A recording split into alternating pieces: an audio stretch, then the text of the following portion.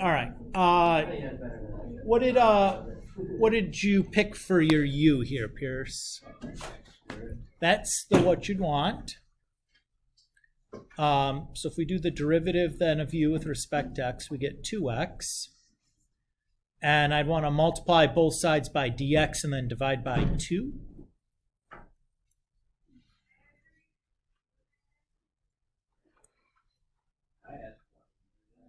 Well, there's my x dx. Yep. So I have sine of u times du over 2. And now it should be pretty easy because I pull the 1/2 out front. And I'm ready to anti-differentiate. The antiderivative of sine u is? Great, negative cosine u plus c. And then I'll just plug in my u. And we're done.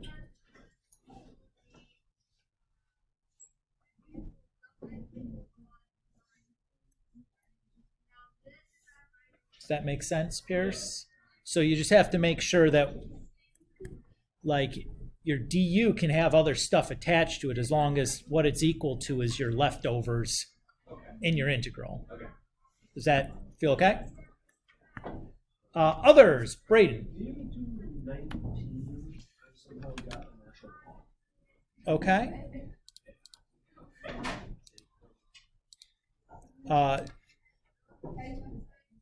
Sure.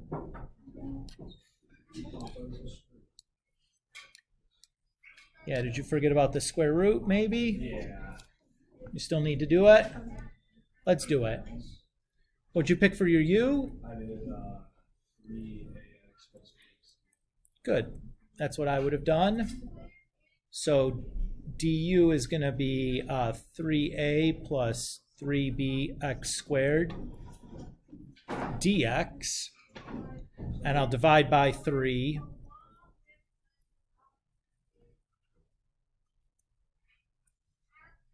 So we can call this u to the negative 1/2 du over 3. And then pull the 1/3 out. And we anti-differentiate. So that's going to be u to the 1/2 over 1/2 plus c, or 1/3, 2/3 square root 3ax plus bx cubed plus c. Does that feel okay? Yeah, I just dropped. You lost the square root, yeah. That happens. That would get you the natural log. It's probably the right answer if there was no square root on there. Sure thing. Who's else we got? Doesn't have to be just 5-5. Could be anything up to this point, right? Just let me know if it's not 5-5 so I look in the right section and get the right problem. It could be whatever. And if you don't have anything right now, that's okay too, right?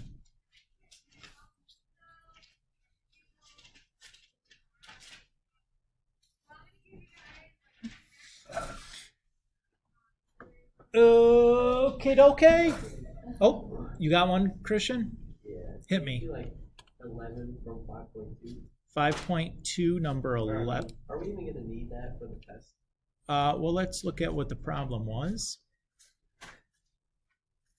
I mean, what I would say, I wouldn't ask you to do a midpoint rule per se, but that kind of a problem with a left or right, I think, is perfectly fair. So let's just do it and we'll talk about what the difference would be. Does that sound okay? All right. So I would start by calculating my delta x. Remember, that's b minus a over n.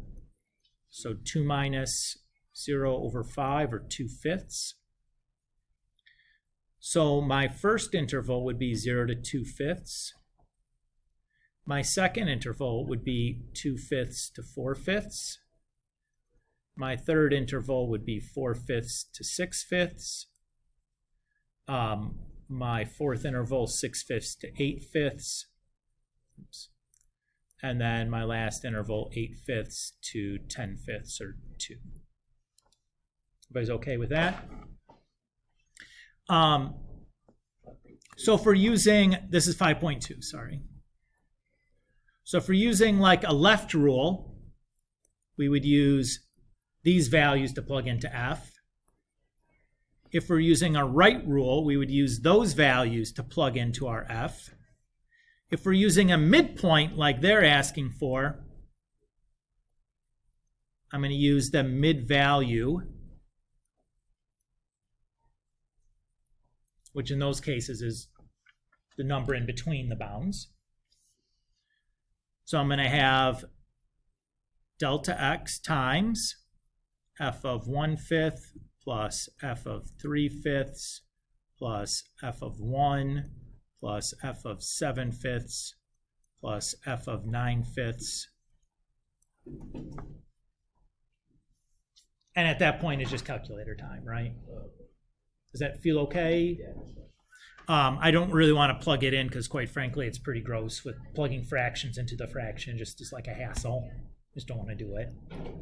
But your calculator will do that very easily for you, right? But that's the idea. And I think this piece, talking about like kind of how to set that up and what left Riemann or right Riemann or midpoint is really saying, I think that's helpful, right?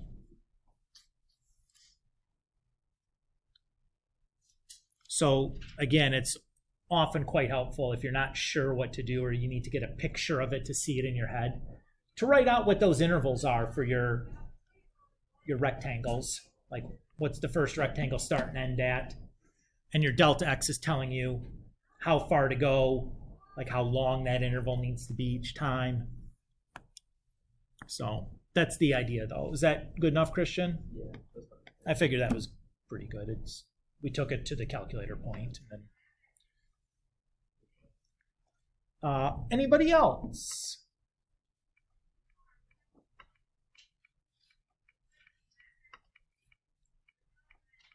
All right. Can you do Yeah, of course. 555 from 5.3?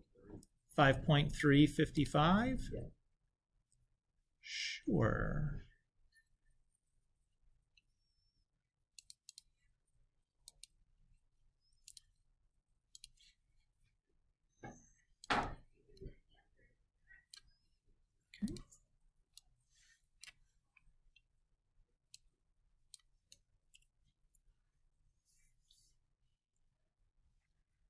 So here it says to find the derivative of the function. It gives you this important hint.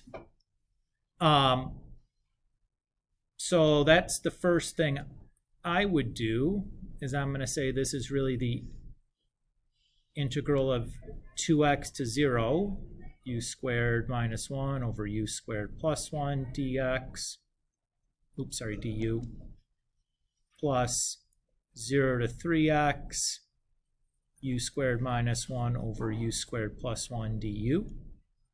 And now this is important because it's separating the variable in my bounds, right? And I'm going to do one other little piece here.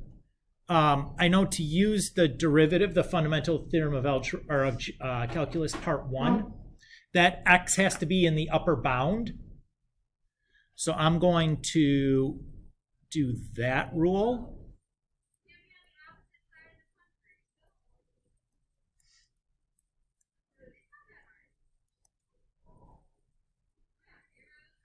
Does that feel okay? And now if I want to do the derivative, that's going to be negative. And then we're going to just be plugging the 2x into the u's. And then this is really a chain rule going on. So I also have to do times the derivative of that variable piece. And we get the same thing here.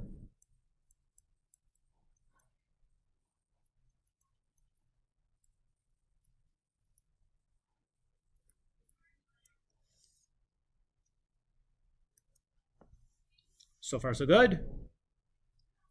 So I get, what do I get? I get negative 2 times 4x squared minus 1 over 4x squared plus 1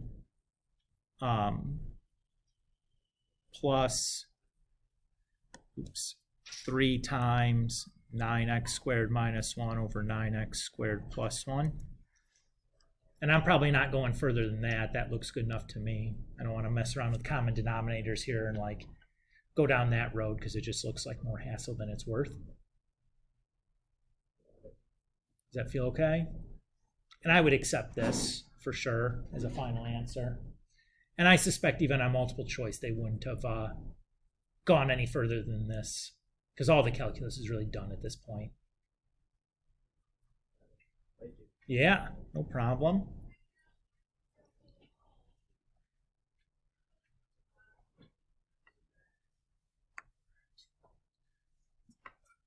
But that's a good one, in particular, just like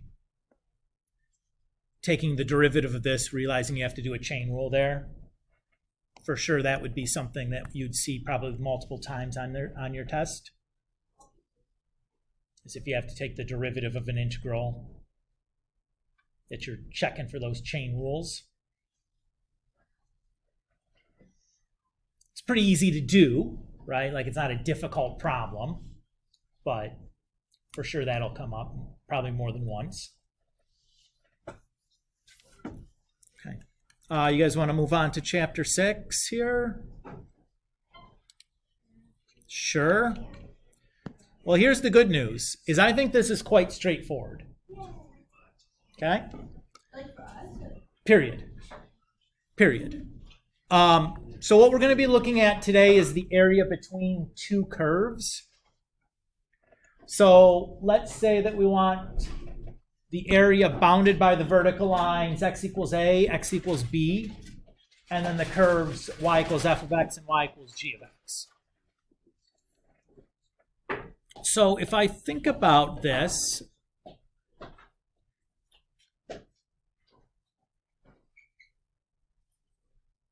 if I just find the integral of f of x from a to b, that's that, right? Now I'm going to call this part like A1, and I'm going to call that little part down there that's not part of our shaded region A2.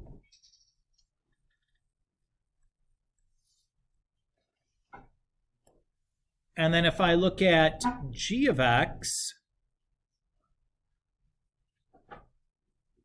it's going to be that part and then that part, right? I'm going to call that part A3. Now notice that A3 is below the x-axis, so that needs to be negative.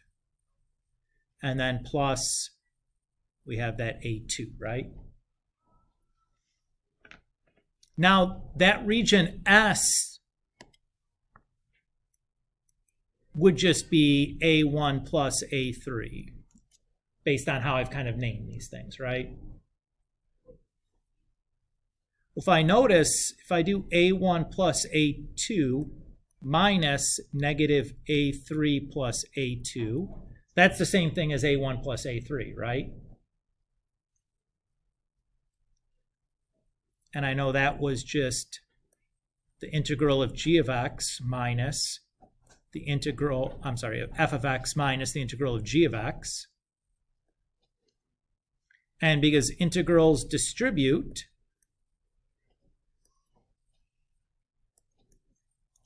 I can factor them off.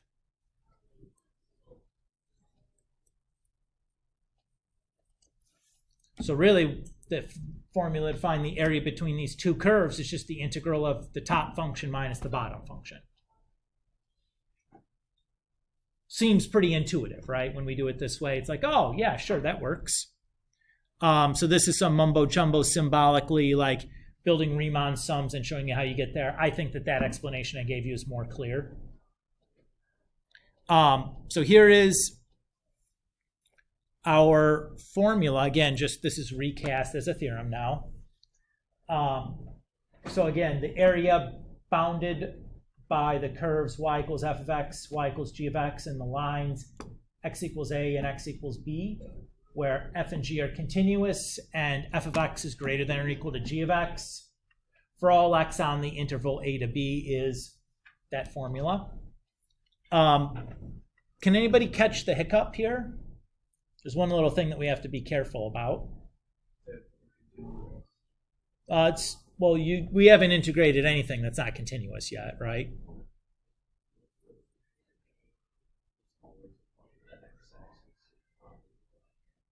That won't make any difference for us. If both of them are always above, like if you add this, no big deal. Still works the same way. That's not the thing we have to watch out for. There's one little thing to watch out for.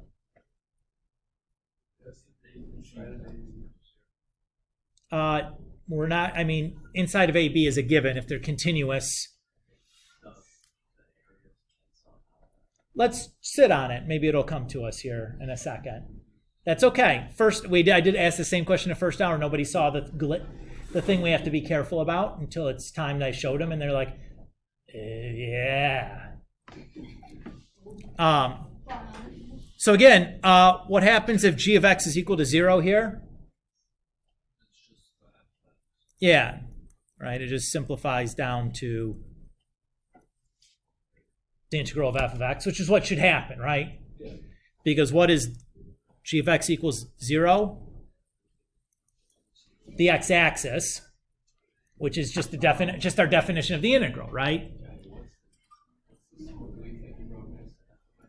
Dx. Sorry. Okay. Let's do an example now.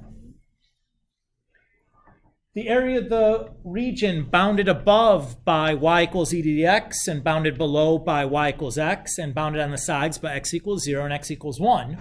Find the area. Okay.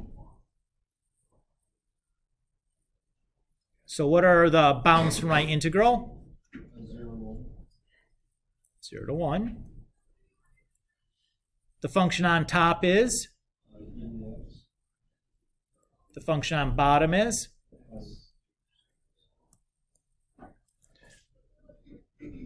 Everybody happy with the setup? Pretty easy so far, right? What's the antiderivative of e to the x? Okay. And the antiderivative of x is? Okay. And then we just need to evaluate that from 0 to 1.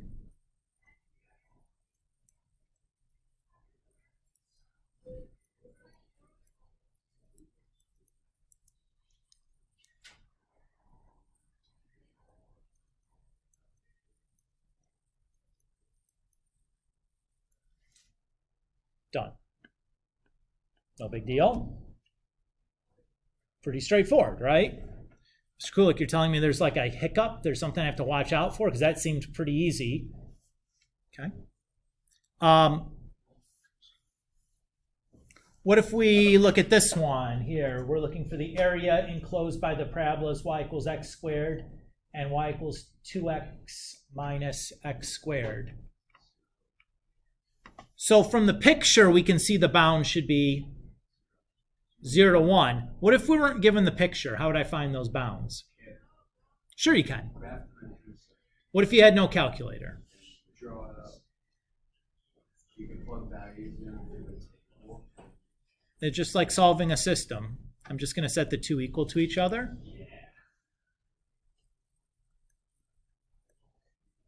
And solve for x. So divide both sides by 2. Factor.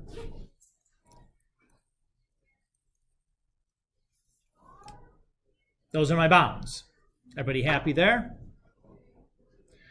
Now, how do I know which one is on top and which one is on bottom? If I'm not given a calculator, how could I find out? How could I find out? Test. Great. What am I testing with?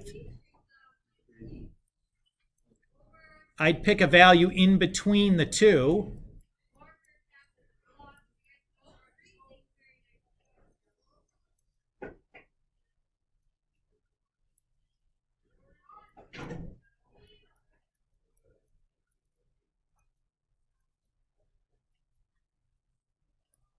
So pretty quickly I can see that y equals x squared is the bottom and y equals 2x minus x squared is the top, because when I plug in some value in between 0 and 1, I can see that the one value is bigger than the other, and the only opportunity they're going to have to switch from being on top to bottom is at the intersections, right? Since they're continuous.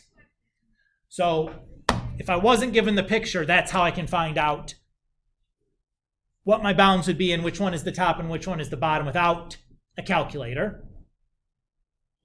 Everybody's okay there? All right, let's go ahead and do this then. So integrating from 0 to 1, and then we have our top, 2x minus x squared, minus our bottom. So let's do a little bit of simplifying there before we go.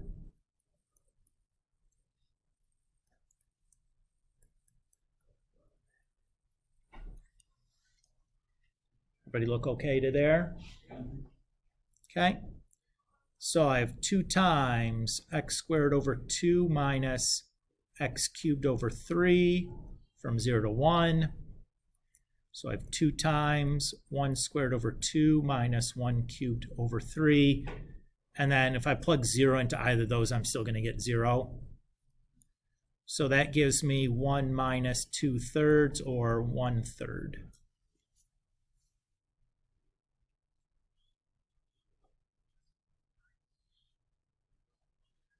Again, if you have a calculator, you can graph the thing. You can find the intersections on your calculator, right?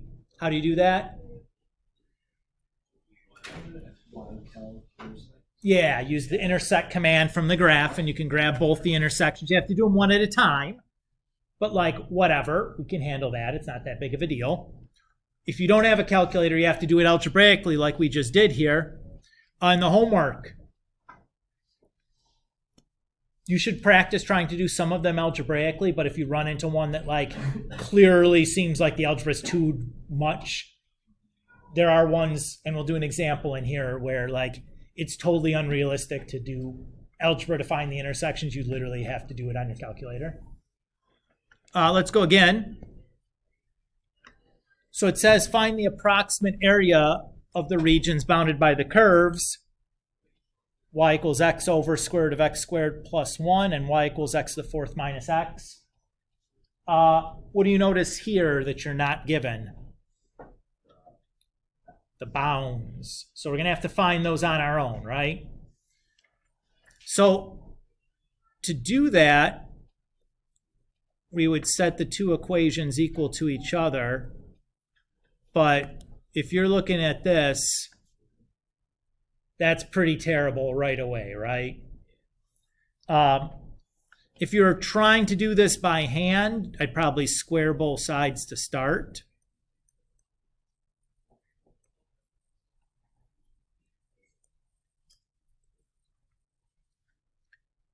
And then multiply both sides by x squared plus 1. And now I don't want to FOIL that out because I'm just kind of looks too lazy to do it. And then I have to subtract the x squared over, and already you see that like this is going to be a nightmare, Mr. Kulik. Like I don't want any single part of this. Yeah, it's bad. So the calculator is going to give a 0 and 1.18, I think. Let me go and check that real quick. We did the same problem this morning, but yeah, good. And again, if you're not given a calculator, you would have to be given one in this situation because you're not finding the intersection without it. But again, to check for the top and bottom, I would probably just plug 1 into each of these and see which one is on top and bottom, right? If I plug 1 into this, I get 1/2, or I'm sorry, 1 over the square root of 2. And I plug 1 into here, I get 0. So clearly this is the top and that's the bottom. Again, you can see from the picture, if you had your calculator, you can just graph and look. Do you guys know what I'm saying? Okay. I'm doing some hand waving. I just want to make sure that as I do that, I'm not leaving anybody behind.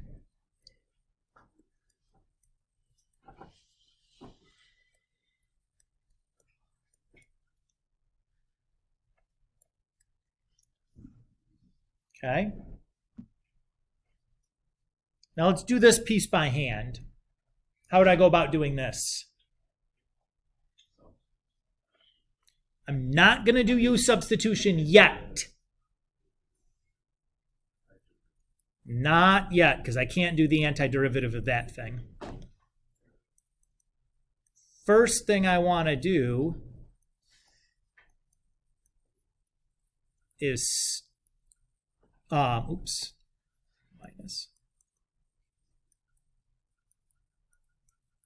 Is to separate the two chunks. Because the right piece now, I can antiderivative that, no problem. The left piece, I'm going to do a u substitution.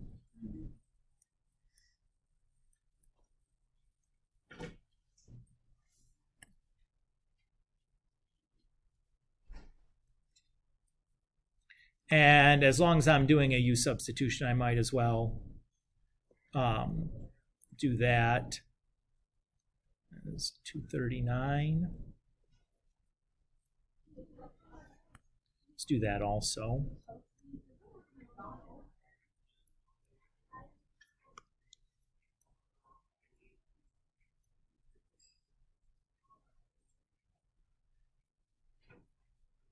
And then here I'm going to anti-differentiate this piece.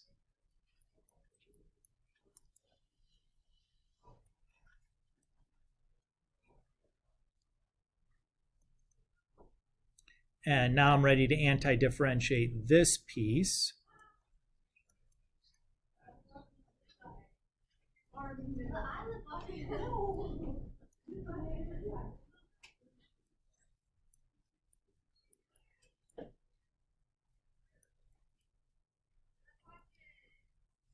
So when I do that, I'm going to have 1/2 of 2.39. Let's do that, right?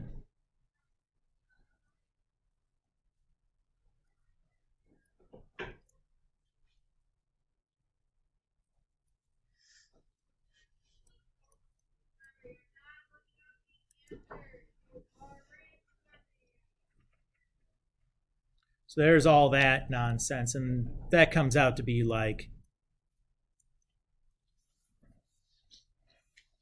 about that. Braden. Why were you able to switch the bounds to 2.39 with all?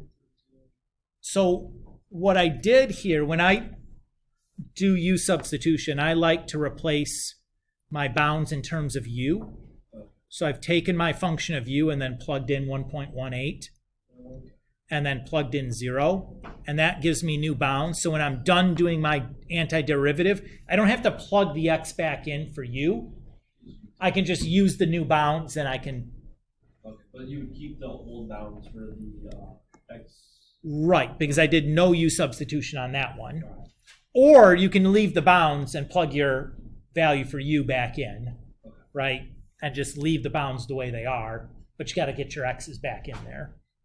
I always forget to do that, so I just change my bounds so I don't have to, because I know myself and I just get, I get going and I was like, I forgot to plug the x back in. That's why the answer is looking stupid.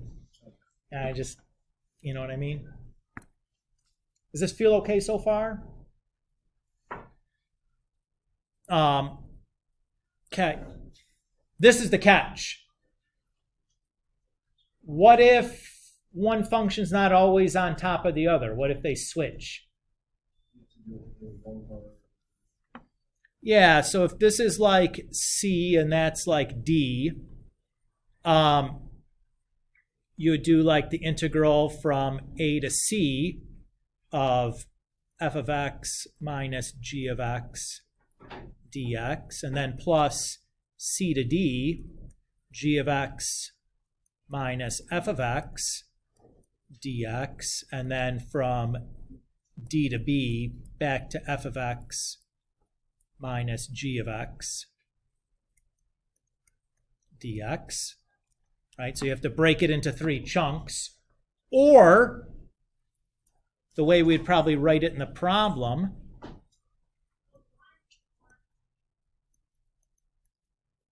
is you can write it with an absolute value. So that's the formula, what the formula would look like. Because if I'm doing the absolute value of that, it just is like always going to take the result and make it positive. So like all these areas will be positive. But to do this, really, that's the way you do it by hand. Pierce. So with the absolute values, that makes it not better than, it's like, say like g of x is like bottom to top of that. Right. So if I did like f of x minus g of x, I'm going to get a negative number there. Because f of x minus g of x, I'm doing the absolute value of, it doesn't matter anymore, right? So that's what that's saying. And this is all they're capturing in the formula is that, okay, if you don't know which one is the top and bottom, then you can just do the absolute value to do that. But I know to integrate the absolute value, literally I have to like do what I just did up there. So let's do an example, yeah? So let's say we have the curves y equals sine x and y equals cos x. And we're looking at them bounded between 0 and pi over 2. So first thing I'd want to do is find where they intersect, or if they intersect at all, because I don't know that they don't, right? So I would take sine x equal to cos x. How do I solve this equation for x? Should be something we can do, because we all did this last year in trigonometry. In fact, I'm positive we solved this exact equation. Divide both sides by sine. How about by cosine? Yeah, 'cause that's tangent. Yeah, so if you divide both sides by cosine, and that sine over cosine is tangent, so x is tan inverse of 1. Who remembers what tan inverse of 1 is? No, that's 1 over, Yeah, 45 degrees or pi over 4. So that's there. And now I know that cosine starts out on top because cosine of 0 is 1 and sine of 0 is 0. So I know we start off with this is top at the first one. And then I know that sine of pi over 2 is 1 and cosine of pi over 2 is 0. So I know they switched along the way. Everybody's okay with that?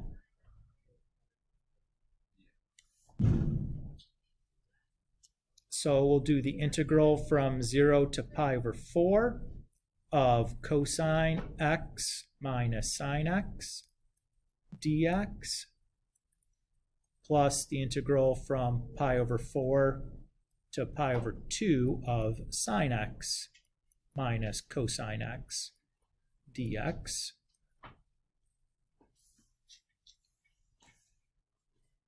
What's the antiderivative of cosine? Regular sine. What's the antiderivative of negative sine? Positive cosine.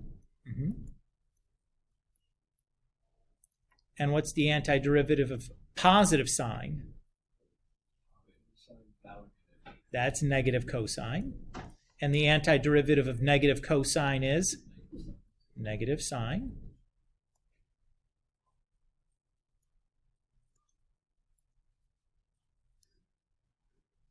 So we're going to have sine of pi over 4 plus cosine pi over 4 minus sine 0 minus cosine 0 plus negative cosine of pi over 2 minus sine of pi over 2 plus cosine of pi over 4 plus sine pi over 4.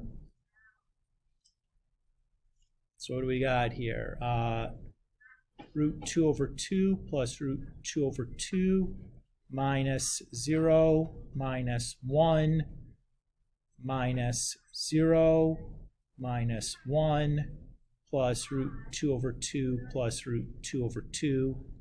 So we get 2 root over 2 minus 2.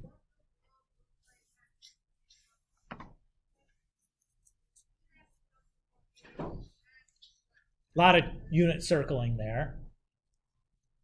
I know you guys are thrilled to see it. Everybody's favorite thing, that unit circle. The last idea now becomes, well, what if we have something like this, where we want the area between the two curves, but they're like not on top of each other, but they're like this. Look at how this is set up. Notice one function is not on top of the other, right? What we're going to do is we're going to rewrite these so that they are in terms of a variable y. And we're going to integrate along the y-axis. And we're going to think about this as the right function minus the left function. And works the same way otherwise. So again, the function on the right minus the function on the left, because we're area between the y-axis. So we're doing like that, and then minus that one. Does that make sense? Let's look at an example. Seeing it symbolically usually helps. All right. So find the area enclosed by the line y equals x minus 1, and the parabola y squared equals 2x plus 6. So my q that I'm going to probably want to integrate along the y-axis is I have a power of y, right? If I have something happening to my y variable other than like simple addition, subtraction, or multiplication, I'm probably going to integrate along the y-axis. Everybody's okay with that? So my first order of business is going to be to rewrite these equations so that they are in terms of x. So if I add 1 to both sides, that's now an x equals equation.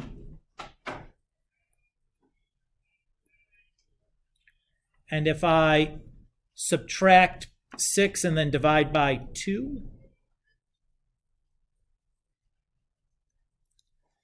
I have another x equals equation. Notice that I'm not given any bounds of integration.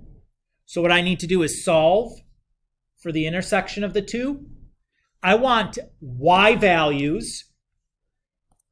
So I'm going to be solving for y. So I set the two equal to each other where I have the y variables. Now I'm going to solve for y. So I would multiply through by 2 to get rid of the fraction, because nobody likes fractions. And then move everything onto one side. And then I factor that.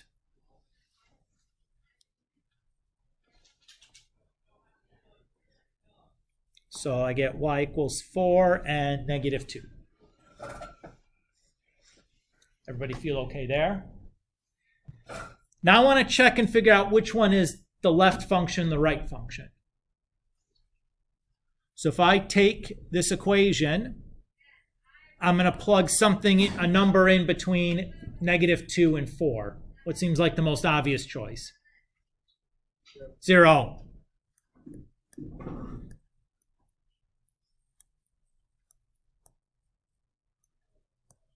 And I'll do the same thing below.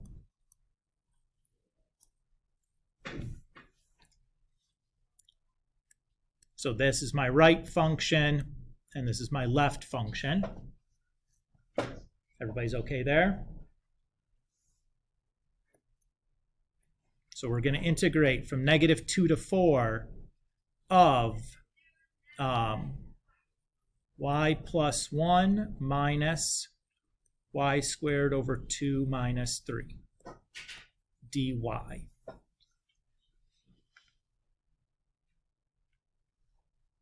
So far, so good. Let's combine some like terms in there to make that antiderivative a little bit easier to handle.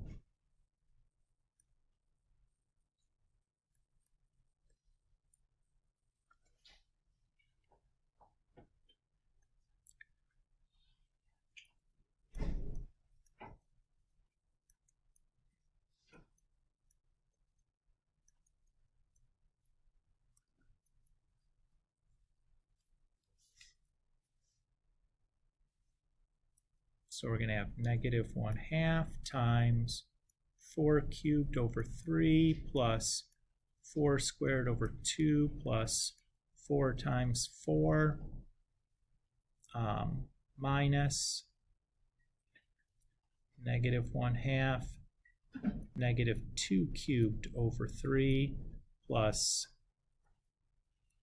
negative 2 squared over 2 plus 4 times negative 2. And then I'm just going to bang that through on my calculator, hopefully, because just yuckarooskies, that looks like a lot of work. Comes out to be 18. I mean, I could do it by hand. I just don't want to. You know what I mean? Just going to be like common denominators and like whole number arithmetic, but like it's just tedious and I don't want to do it right now because it's the end of the day and I'm tired, to be quite honest. Chanel? This is kind of like a little bit off topic question, but Okay. for the 5.5 homework, it says on my Notre Dame like B, like 39 comma B comma 55. Like, is it 39B or was it a typo or something? I think probably just part B is all I wanted you to do. For 39, right? Yeah. For the ones next to. Okay. Sorry about that. That's okay. So this is the 6-1 homework. Notice nothing's bolded because the homework quiz next time is going to be based not on 6.1, but on the chapter 5 MCQs and FRQs. And then we're doing the little game, right? Yeah. Alright, sweet. Yeah. Oh man, I was studying last night. Let's go. Okay. Let's do one of these here to start. Let's do this first FRQ here together. Okay. So it says the continuous function f is defined on the interval from -5 to 8. The graph of f consists of 4 line segments shown in the figure above. Let g be the function given by g of x equals 2x plus the integral from -2 to x of f of t dt. And then we're asked to find g of 0 and g of -5. Okay.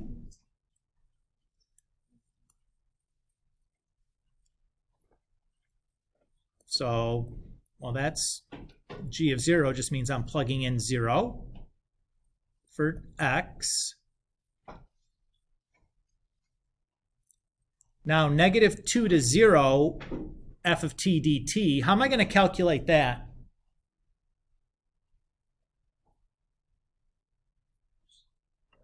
I'm just going to use the graph. Looking for that area, right? How am I going to calculate that area? Yeah, I'm going to use geometry, right? Either you can break that into like, like a rectangle and a triangle, or you can just call it a trapezoid if you remember the area formula for a trapezoid. I do. So that's 1/2 base 1, which is 2, times base 2, which is 1, times the height, which is 2. So I get 3.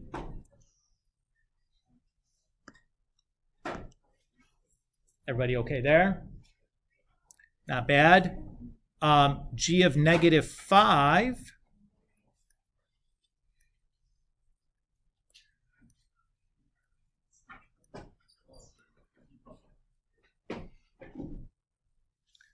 What do we notice weird here? Yeah, well, the bounds are reversed of the way we'd usually like them. So let's fix that.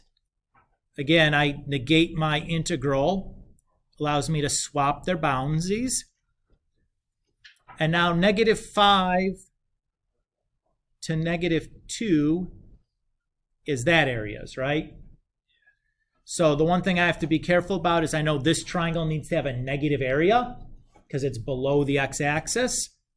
But otherwise, we're just adding the areas of triangles here. So we have -10 minus 1/2, and it's a negative because this one's below. 2, 4 is the height and base.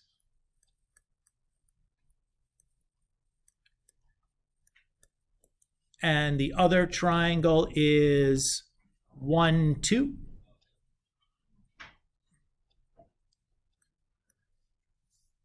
So what do we get here? We have -4 plus 1. So that's going to be 10 plus, -10 plus 3. So -7, I think. Because I have minus the negative. Okay. Part B says, find g prime of x in terms of f of x. Okay, so if I do the derivative of g, the derivative of 2x is 2. And the derivative of the integral from -2 to x, f of t dt is f of x. Done, easy. Again, because the bound was just x, there's no chain rule necessary. And then it says, for each of g double prime of 4 and g double prime of -2, find the value or state why that value doesn't exist. Okay, well, the second derivative of g, the derivative of 2 is, and the derivative of f of x is f prime of x. So g double prime of 4 is f prime of 4. And 4 is, what is that? Let's see, 1, 2, 3. 4 is like here. How to calculate this derivative? The slope, yeah. So I can just do like -3 minus 3 over 8 minus 2. And I think that's -1, I think. Oh, And g double prime of -2 is f prime of -2, which is right here. What's the derivative there?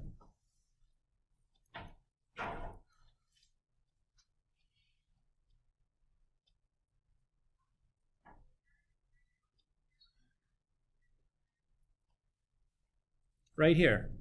It's the derivative at that point. Not 0. Doesn't exist. Great. Why doesn't it exist?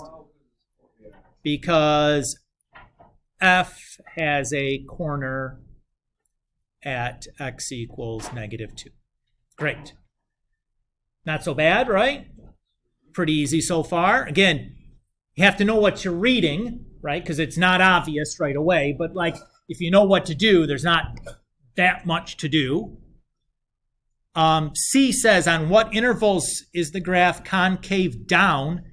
And then give a reason for your answer. So concave down would be when g double prime is less than 0, right?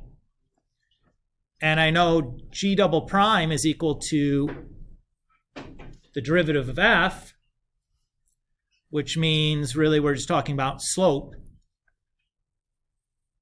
being negative. So if I look at my graph, where is slope negative? Those two intervals, right? -2 to 0 and then 2 to 8.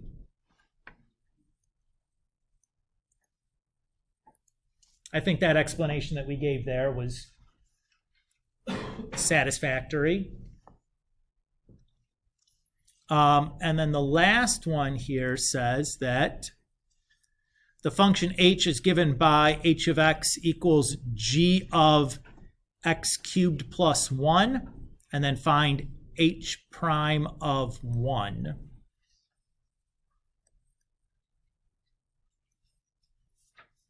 So let's do this part first.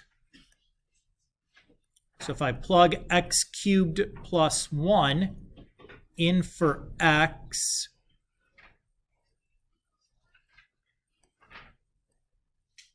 I'd get that, right? So h prime of x is going to be this, right?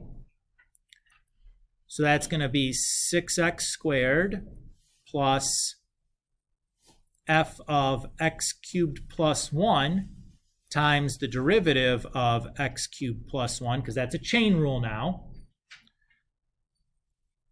Or really we have 6x squared plus 3x squared times f of x cubed plus 1. And it wants h prime of 1, so that's going to be 6 times 1 squared plus 3 times 1 squared times f of 1 cubed plus 1, or 6 plus 3 times f of 2. Okay, well, I go back to my picture. F of 2 is 3.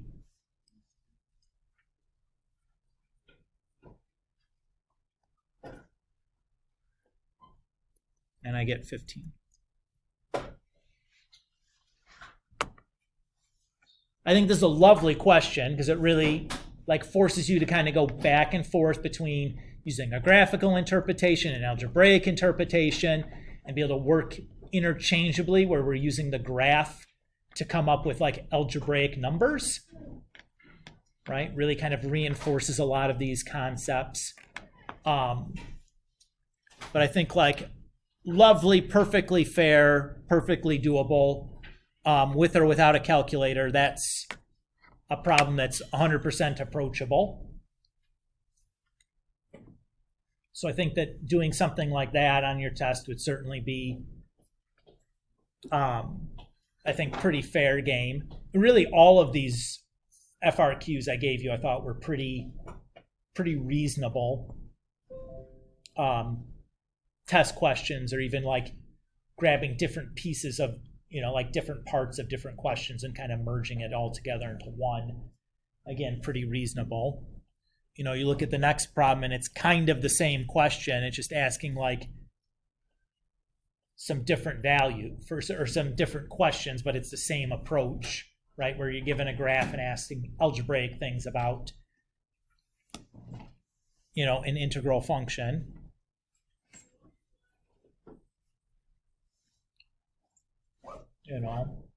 Lots of these that are kind of the same.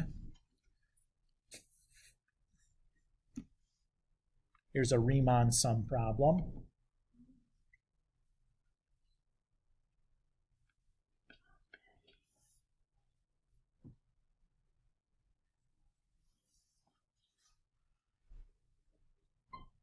I think I picked 6 of these. There's a second Riemann sum problem, a third.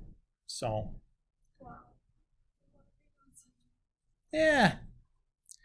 To be honest with you, I think those are easier.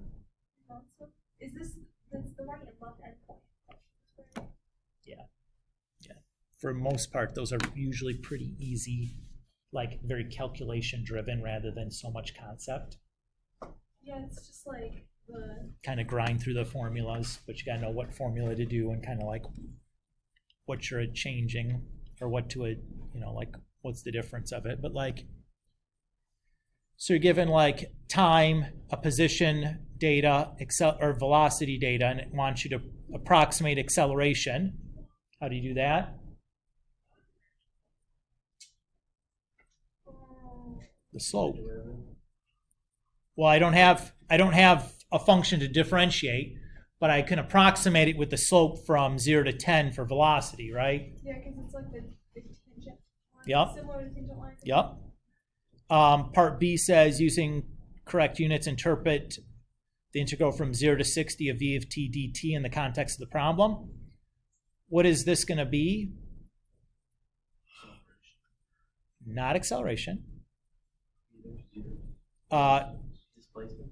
So it's not displacement, it's the other one. It's distance traveled by Ben over the first 60 seconds on his unicycle or whatever. So the unit there would be in meters, the distance traveled in meters by Ben in the first 60 seconds on his unicycle. And then approximating that using a left Riemann sum. So your widths for your rectangles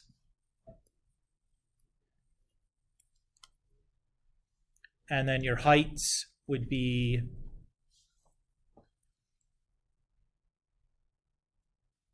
just put them together. That's easy, right? Did the absolute value even really matter in this case?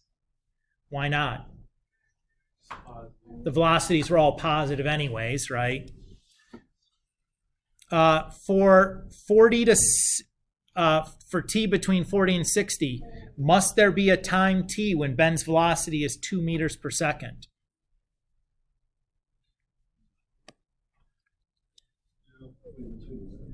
40 and 60. Oops, go away. 2. So you say no. Why do you say no? You mean intermediate value theorem? Yeah. That's what you mean? But there's another one. What's the other one? The mean value theorem. What's the mean value theorem say?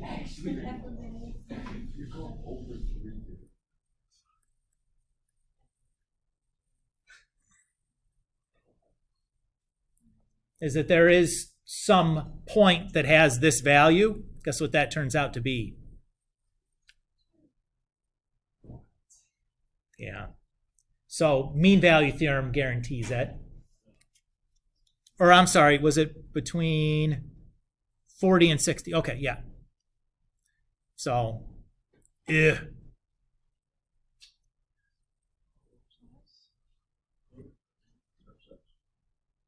okay.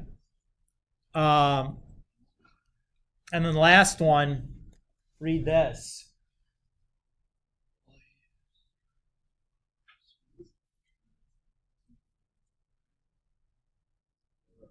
What does this sound like?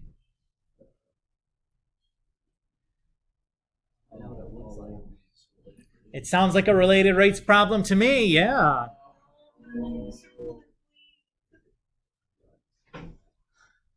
I can't do related rates.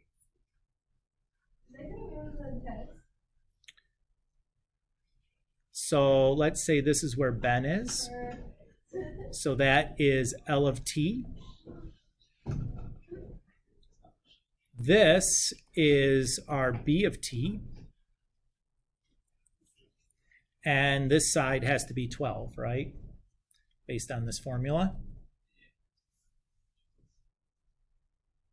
So what can I say here? I can say 2 L of t times L prime of t equals 0 plus 2 B of t times B prime of t.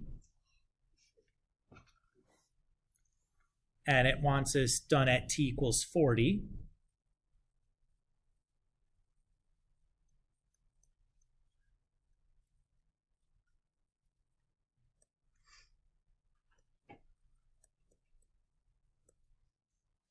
Now, it says, what rate is the distance between Ben and the light changing? So that's what we're solving for. B of 40 is 9.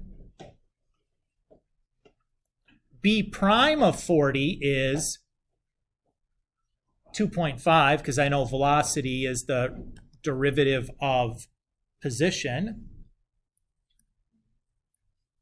So I just need to figure out what L of 40 is.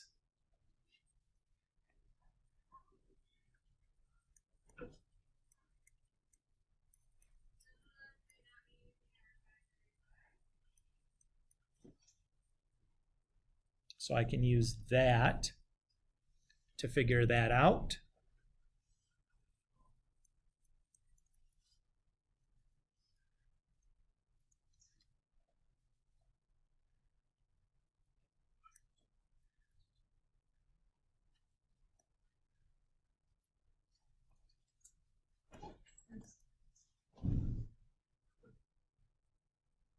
So there's my answer. It's not so, this was not so bad of a Rayleigh's problem because there's really no conversion you needed to make, right? No reduction necessary because you've given a lot of information here. You had that whole table of values. What's up? I just didn't bother typing it through at that point. It's a goofy decimal. Oh, it's a 15? Yeah. Okay. Oh, no, I was talking to square root. Oh, that thing down there. That's 15? Okay. I don't know. I was... But that's the idea.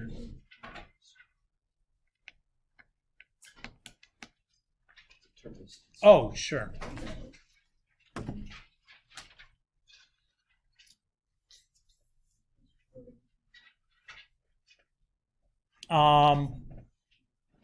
So if you don't have a chance, or if you have a chance before Friday, look through some of the FRQs, look through some of the MCQs.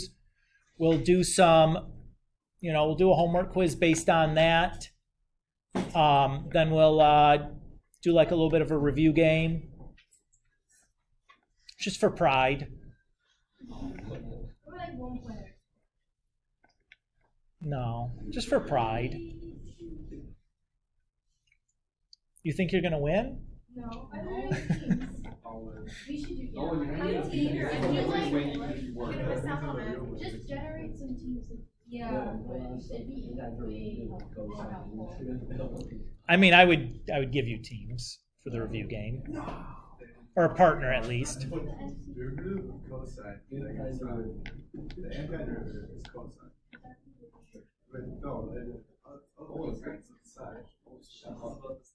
We literally said about height